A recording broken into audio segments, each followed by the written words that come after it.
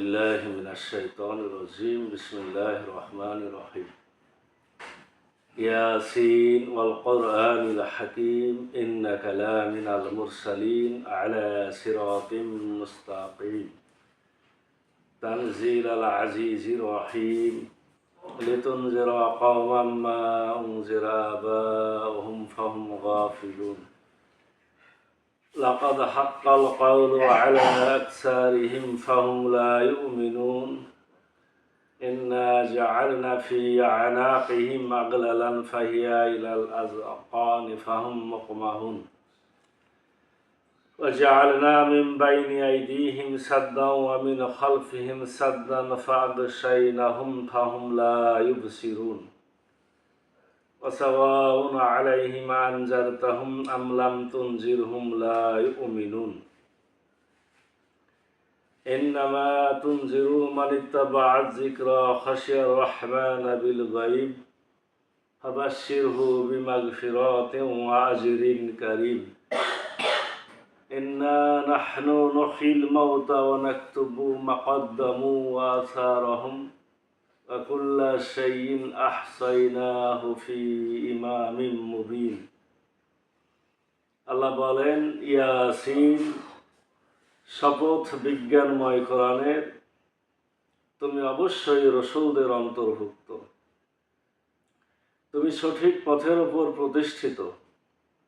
মহাপ্রতাপশালী পরম দয়াল আল্লাহর নিকট থেকে অবতীর্ণ এই কোরআন, যাতে তুমি সতর্ক করতে পারো এমন এক জাতিকে যাদের পিতৃপুরুষদের সতর্ক করা হয়নি, যার ফলে তারা বেখবর। এদের অধিকাংশের উপর আল্লাহর তৈরি ঈমান না আনতে পারার বাণী বিধান অবধারিত হয়ে গেছে, সুতরাং তারা ঈমান আনবে না। আমরা তাদের গলায় চিবুক পর্যন্ত বেড়ি পরিয়েছি, তাই তারা উদ্ধত গ্রীবার অধিকারী। আর আমরা তাদের সামনে প্রাচীর ও পিছনে প্রাচীর স্থাপন করেছি এবং তাদের ঢেকে ফেলেছি, তাই তারা সত্য দেখতে পায় না। আর তাই তুমি তাদের সতর্ক করো বা না করো, তাদের জন্য উভয়ই সমান, তারা ঈমান আনবে না। নিশ্চয় তুমি কেবল তাকেই সতর্ক করতে পারো যে উপদেশ মেনে চলে এবং না দেখে দয়াময় আল্লাহকে ভয় করে। অতএব তাকে তুমি ক্ষমা ও সম্মানজনক পুরস্কারের শুভ সংবাদ দাও। নিশ্চয় আমরা মৃতকে জীবিত করব এবং লিখে রাখি যা তারা আগে প্রেরণ করে এবং যা তারা পিছনে রেখে যায়। আর আমরা প্রত্যেক জিনিস স্পষ্ট কিতাবে লিপিবদ্ধ রেখেছি। আমরা আজকে সূরা ইয়াসিনের প্রথম রুকু পড়লাম। আমরা জানি যে সূরা ইয়াসিন আমরা অনেক বেশি পড়া হয়, আলেম ওলামারা পড়েন, ওদেরকে মুখস্থ করেন। আল্লাহ রাসূলের একটা হাদিস আছে, যে ব্যক্তি কারীর অন্তরে সূরা ইয়াসিন হলো কোরআনের কলব। হাদিসটি হলো যে সূরা ইয়াসিন কোরআনের কলব, অতএব প্রত্যেক বান্দা যেন তার কলবে এই সূরা ইয়াসিনকে স্থান দেয়। মানে যেমন সূরা ফাতিহাকে বলা হয়েছে উম্মুল কিতাব, মানে কেতাবের মা, আর ইয়াসিনকে বলা হয়েছে কোরআনের অন্তর। অর্থাৎ এর অনেক বেশি গুরুত্ব বোঝানোর জন্য আল্লাহ রাসূল এই কথাটা বলেছেন। আর এর ফজিলতের ব্যাপারে হাদিস এসেছে, যে ব্যক্তি সকালবেলায় সূরা ইয়াসিন পড়বে তার সারা দিনের কাজকর্ম সহজ হয়ে যাবে। সন্ধ্যায় যে ইয়াসিন পড়বে তার সারা রাতের কাজকর্ম সহজ হয়ে যাবে। আর যে ব্যক্তি ঘুমানোর সময় সূরা ইয়াসিন পড়বে তার গুনাহ খাতা মাফ হয়ে যাবে। বিভিন্ন কারণে মানুষেরা, আলেম ওলামারা, জ্ঞানী লোকেরা সূরা ইয়াসিনকে অনেক বেশি গুরুত্ব দেয়। এখানে মূলত তাওহীদ, রিসালাত, আখিরাতের কথাই আছে, মক্কি সূরা। তবে এই কথাগুলোকে খুব গুরুত্বের সাথে হৃদয়গ্রাহী ভাষাতে আসলে বলা হয়েছে। এই জন্যই যতদূর সম্ভব সূরা ইয়াসিনকে আল্লাহ রাসূল কোরআনের অন্তর বা কলব বলেছেন। ইয়াসিন এটার কোনো অর্থ নাই। প্রথম আয়াতটা হচ্ছে ইয়াসিন, দ্বিতীয় আয়াতের অর্থ হলো শপথ বিজ্ঞানময় কোরআনের। এখানে বিজ্ঞানের যে আমরা সাধারণ যে বিজ্ঞান বুঝি তার থেকে এখানকার যে হাকিম, এই বিজ্ঞানের ব্যাখ্যাটা আরো গুরুত্বপূর্ণ। মানে বিজ্ঞান মানে হলো বিশেষ জ্ঞান, অর্থাৎ যাচাই বাছাই করে ফাইনাল জ্ঞান বা চূড়ান্ত জ্ঞান।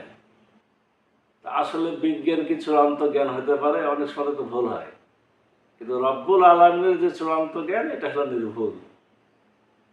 এটা একটা ব্যাখ্যা। আর একটা ব্যাখ্যা হলো বিজ্ঞান বলতে আমরা যা বুঝি, নতুন নতুন আবিষ্কার, গবেষণা করা, চিন্তা করা, এ সকল ক্ষেত্রে কোরআনটা একটা বিজ্ঞান। আধুনিক বিজ্ঞান যত বেশি আবিষ্কৃত হোক না কেন, কিয়ামত পর্যন্ত কোরআনের যে নির্দেশনা সেটা তাদেরও উপরে। এজন্য সঠিক যে বিজ্ঞানের জ্ঞান এগুলা কোরআনের সাথে মিলে যায়। কোরআনটা একটা বিজ্ঞান, বিজ্ঞানময় কোরআন, কোরআনুল হাকিম। আল্লাহ বলছেন নিশ্চয় তুমি রসুলদের অন্তর্ভুক্ত। আল্লাহ কেন হঠাৎ করে বলছেন হে রসুল তুমি অবশ্যই রসুলদের অন্তর্ভুক্ত? মক্কার কাফের মুশরিকরা সময়তে, এটা হলো মক্কি সূরা, রসুলকে মানছিল না, রসুলের ব্যাপারে উল্টাপাল্টা বলছে। আল্লাহ নিজে সাক্ষী দিলেন যে হে রসুল তুমি রসুলদের অন্তর্ভুক্ত, তুমি সঠিক পথের উপরে প্রতিষ্ঠিত। কাফের মুশরিকদের দাবি ছিল যে মুহাম্মদ বিভ্রান্ত, আমাদের পিতামাতার ধর্ম থেকে আমাকে দূরে সরাই দিচ্ছে। আল্লাহ উত্তর দিচ্ছেন যে রসুল তুমি সঠিক পথের উপরে প্রতিষ্ঠিত। মহাপ্রতাপশালী পরম দয়ালু আল্লাহর নিকট থেকে কোরআন অবতীর্ণ। তারা বলতো কোরআন জিনে নিয়ে এসেছে, শয়তানের শিক্ষা দেয়, নাউজুবিল্লাহ। মুহাম্মদ অন্য লোকের কাছে গোপনে শিখে অন্য দেশের কিতাব দিয়ে আমাদেরকে শিখায়। আল্লাহ রাব্বুল আলামিন জবাব দিলেন যে না, এটা মহাপ্রতাপশালী পরম দয়ালু আল্লাহর নিকট থেকে অবতীর্ণ। আল্লাহ কেন কোরআন নাজিল করেছেন? আল্লাহ জবাব দিচ্ছেন তুমি যাতে তাদের সতর্ক করতে পারো। এমন এক জাতিকে যাদের পিতৃপুরুষদের সতর্ক করা হয়নি, যার ফলে তারা বেখবর। এই মক্কা এলাকাতে এই যারা তখন অবস্থান করেছিল তাদের বাপ দাদা পর্যন্ত কয়েক বংশে নবী কিন্তু এসেছিল না। নূহ নবী জানি আমরা মক্কার নবী, আমাদের পিতা আদম মক্কার নবী, ইব্রাহিম নবী আমাদের মক্কার নবী। কিন্তু এরপরে যত নবী আশেপাশে, মক্কাতে বহু বছর নবী রসুল আসেনি। তা আল্লাহ বলছেন যে তোমাকে কেন আমি মক্কায় পাঠালাম, কোরআন দিলাম, এমন লোকদেরকে যাতে তুমি সতর্ক করতে পারো যারা বেখবর, অনেক দিন যাবৎ তাদের কাছে কোনো সরাসরি নবী রাসূল এসে খবর পৌঁছায়নি, এরকম জাতির কাছে তোমাকে পাঠিয়েছি। এটা একটা ব্যাখ্যা। আর একটা ব্যাখ্যা হলো যে কোরআন সকল বেখবরদের জন্য খবর। আমাদের মধ্যে আমরা অনেকে মুসলমান, তাও তো আমরা ইসলাম থেকে গাফেল হয়ে আছি, বেখবর হয়ে আছে। বেখবর ওয়ালাদের জন্য কোরআন হলো খবর, তাদের কাছে বাণী পৌঁছায় দিতে হবে। যারাই বিভ্রান্ত তাদের কাছে কোরআনের বাণী পৌঁছায় দিতে হবে, এটা তাদের জন্য খবর। এদের অধিকাংশের উপর বাণী অবধারিত হয়ে গেছে, সুতরাং তারা ঈমান আনবে না। এখানে অধিকাংশের উপরে কি হয়েছে? ঈমান না আনতে পারার বাণী, অর্থাৎ অধিকাংশ ঈমান আনবে না, এটা নির্ধারিত হয়ে গেছে। আল্লাহ রাব্বুল আলামিন কারোর রাস্তা কিন্তু বন্ধ করে না। আল্লাহ এই কথাগুলো কখন বলে? যে তাদের অপরাধের কারণে, কোরআনকে অবজ্ঞা করার কারণে, হে মুহাম্মদ তোমাকে অস্বীকার করার কারণে, আল্লাহ কোরআন রসুল জিবরাইল আমিনকে নিয়ে উল্টাপাল্টা বলার কারণে এমন কিছু লোকের উপরে আমার বাণী নির্ধারিত হয়ে গেছে যে তারা আর ঈমান আনতে পারবে না। মোহর মেরে যায় মানুষেরা অন্যায় করলে। আল্লাহ তো চায় সবাই ভালো হোক, কিন্তু এমন কিছু পাপ আছে, গুনাহ আছে, অন্যায় আছে, ওই কাজগুলো করলে আল্লাহ তার ঈমানের রাস্তা আল্লাহ বন্ধ করে দেয়, মানে তার আর ঈমান গ্রহণ করা সহজ হয় না। আমরা তাদের গলায় চিবুক পর্যন্ত অবাধ্যতার বেড়ি পরিয়েছি, তাই তার উদ্ধত গ্রীবার অধিকারী। এর ব্যাখ্যা হলো আমাদের অবাধ্যতায় তারা গলার চিবুক পর্যন্ত নিমজ্জিত হয়েছে, তাই আমাদের তৈরি প্রাকৃতিক আইন অনুযায়ী তারা উদ্ধত গ্রীবা ধারণকারী হয়েছে। মানে গলায় চিবুক পর্যন্ত বেড়ি পরিয়েছি, আল্লাহ বলছেন বেড়ি পরিয়েছি, কারণ তারা ছিল উদ্ধত। কেন তাদের গলায় বেড়ি পরানো হলো? আমাদের অবাধ্যতার কারণে তাদের গলায় আমি চিবুক পরালাম। ওরা অবাধ্য হলো বলে আমি তার গলাতে অবাধ্যতার চিবুক পরালাম। কুফরি করে বলে কাফের কপালে কাফের লেখা হবে। আপনার জান্নাতি কাজ করবেন বলে আপনাকে জান্নাতি হিসেবে আল্লাহর তালিকায় লেখা হবে। ইমানের কাজ করবেন বলে আপনাকে মুমিন লেখা হবে। আপনি অবাধ্যতায় আপনার তালিকাতে অবাধ্য লেখা হয়েছে। আর আমরা তাদের সামনে ও পিছনে প্রাচীর স্থাপন করেছি এবং তাদের ঢেকে ফেলেছি, তাই তারা সত্য দেখতে পায় না। রসুল যেহেতু পেরেশান হয়ে যেতে, তারই বংশের লোকজন ইসলাম ইমান গ্রহণ করছে না। আল্লাহ রসুল বারবার তাদের কাছে যেতেন, মনে হতো যে জীবনটা তিনি ধ্বংস করে দিবেন তাদের পিছনে। আল্লাহ বললেন যে তোমাকে এত ব্যস্ত হতে হবে না। কিছু লোক আছে তাদের অবাধ্যতার কারণে তাদের গলায় বেড়ি পড়ে গেছে, এবং কিছু লোক আছে তাদের সামনে এবং পেছনের জন্য প্রাচীর হয়ে গেছে। আমি প্রাচীর দিয়ে দিয়েছি, অতএব তুমি কি করে আর তাদেরকে সত্য পথ দেখাবে? অতএব তাদের পেছনে আর ঘুরো না। এটার এখানে ব্যাখ্যা আছে যে আমাদের তৈরি প্রাকৃতিক আইন অনুযায়ী তাদের সামনে ও পিছনে প্রাচীর স্থাপিত হয়েছে এবং তারা নিজেদের ঢেকে ফেলেছে, তাই তারা সত্য দেখতে পায় না। আপনি নিজেই যদি মনে করেন যে বাল্বের আলো দেখবেন না, এই জন্যে জোর করে মুখে চোখে কাপড় ফেলে রাখলেন, তাহলে কি আপনি আর আলো দেখতে পাবেন? এখন আপনি যদি নিজের চোখে চাদর দিয়ে আলো বন্ধ রাখেন, তো রব্বুল আলামিন আপনি যেটা করলেন ওই কাজের শক্তিটা যেহেতু আল্লাহ দিয়েছেন, এটা যেন আল্লাহ ঢেকে দিলেন। কিন্তু ঢেকে যে নিলেন আপনি, এর অপরাধ কার? আপনার। আপনি ঢেকে নিলেন বিধায় আল্লাহ সেটাকে ফাইনাল ঘোষণা দিলেন যে আপনি অন্ধকার দেখবেন না, তো আপনার কাছে আলো নাই। ব্যাপারটা এরকম। বলছে যে তারা যেহেতু নিজেকে ঢেকে নিয়েছে, তাই তারা আর সত্য দেখতে পাচ্ছে না, ঢেকে ফেলেছে নিজেকে নিজেরাই। আর তাই তুমি তাদের সতর্ক করো বা না করো, তাদের জন্য উভয় সমান, তারা ঈমান আনবে না। নিশ্চয় তুমি কেবল তাকেই সতর্ক করতে পারো যে উপদেশ মেনে চলে। আমরা যে এতক্ষণ আয়াতগুলা পড়লাম, তার এটা হলো একটা মানে বোঝার জন্য রব্বুল আলামিনের পক্ষ থেকে স্পষ্ট কথা যে আসলে কে সতর্ক হবে রসুল, কাকে তুমি সতর্ক করতে পারবে?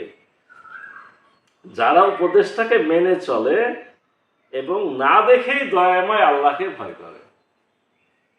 যে আসলে গায়েবের বিশ্বাস না দেখে আল্লাহকে যারা বিশ্বাস করবে এবং উপদেশ মেনে চলতে চাবে, রসুল তুমি তাকে সতর্ক করতে পারবে। যে আগেই বলবে যে আমি মুহাম্মদের উপদেশ শুনবো না, আমি আল্লাহকে মানি না, তাকে তুমি কখনো উপদেশ শোনাতে পারবে না। অতএব তাকে তুমি ক্ষমা ও সম্মানজনক পুরস্কারের শুভ সংবাদ দাও। তাহলে যারা সতর্ক হলো, রসুল উপদেশ মেনে নিল, আল্লাহকে ভয় করলো, তাদের জন্য আছে ক্ষমা এবং আল্লাহর নিকট আছে পুরস্কার। আল্লাহ রসুলকে আল্লাহ বলছেন তাদের এটা জানাইয়া দাও। সর্বশেষ আয়াতটা হলো নিশ্চয় আমরা মৃতকে জীবিত করব এবং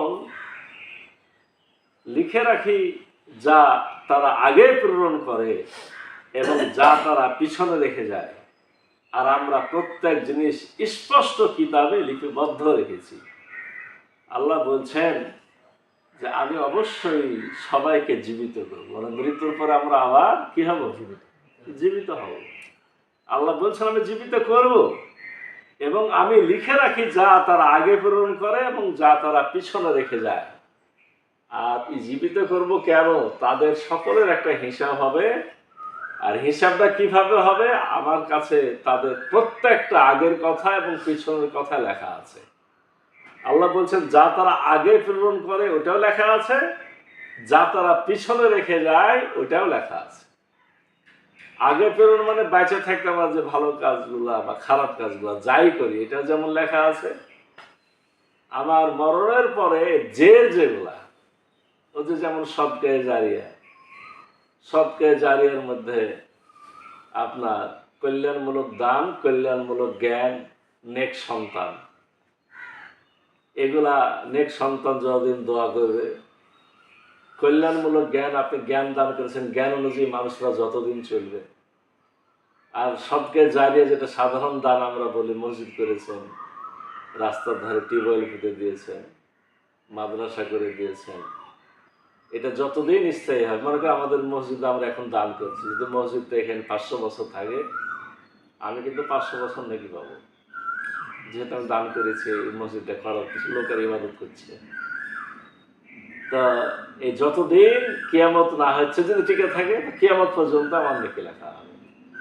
তো এটা হলো পিছনে রেখে যাওয়া। তাহলে মসজিদ করলে যদি আপনি নেকি পান, তাহলে আপনি ক্লাব যদি বানায় যান, টিভি কিনে দিয়ে যান, তাসের আড্ডা খুলে দিয়ে যান, মানুষকে মিথ্যা বলা শিখিয়ে দিয়ে যান, সিনেমা হল বানিয়ে দিয়ে যান, তাহলে কি হবে? ওটাও যোগ হবে। যতদিন পাপ চলবে ওটাও যোগ হবে।